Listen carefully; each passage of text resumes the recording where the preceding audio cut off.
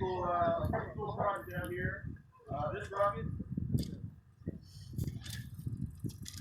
is fluorescent orange, bright orange, with a black nose cone, black fins. That rocket belongs to Scott Pierce. Turbo number 219. Wow, what an OG. The name of the rocket is Harvester of Souls. It's scratch built. We've got some 3D parts on here. The nose cone, the fins, and the Boattail, all 3D printed. 2.6-inch diameter, 30 inches tall, 3 pounds. It's coming out on the Experimental H45. It's a 38mm Redline Moonburner. So this will be a really cool rocket. I do say this is a heads-up flight. Please pay attention to this rocket, everyone. On tab 3. Scott, you ready, bud?